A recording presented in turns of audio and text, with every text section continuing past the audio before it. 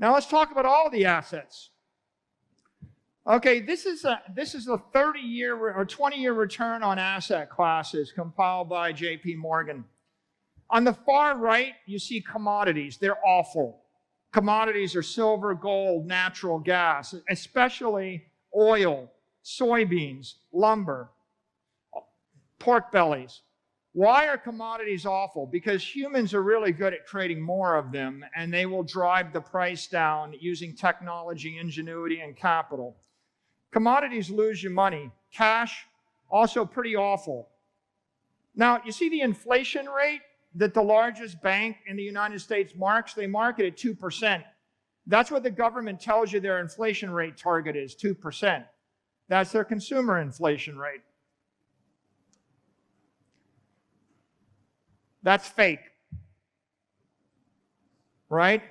Every single 10 years or every few years, I'll just redefine the market basket of goods, and I'm going to put drywall and manufactured biscuits and Netflix videos and something cheap.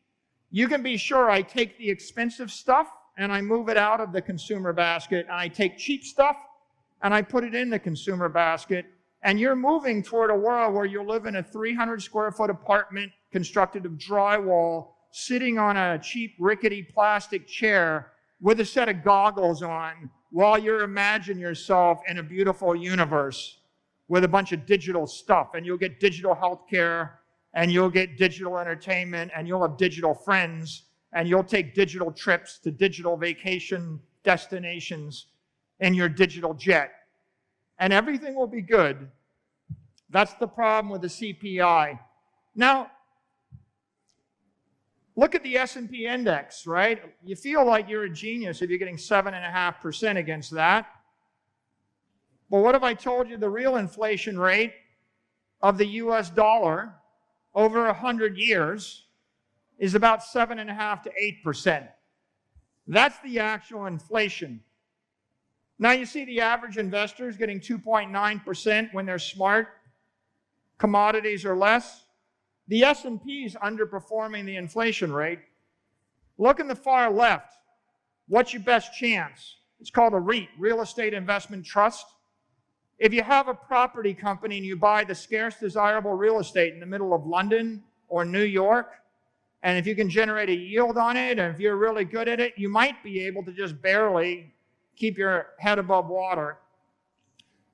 But you know, none of these look all that compelling, right? I mean, investment consists of either losing your money fast or losing your money slow, or after 100 years of brilliance, assuming that the government doesn't fail and you don't have your assets seized.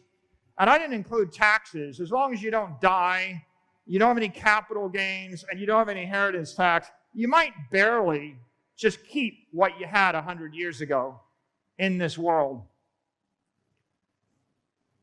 Most investors, they just perform poorly because of bad habits. What kind of bad habits?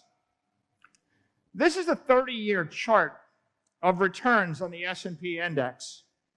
And this chart tells you that if you missed one day, there's one day every year when 85%, 90% of all of the gains come. One day.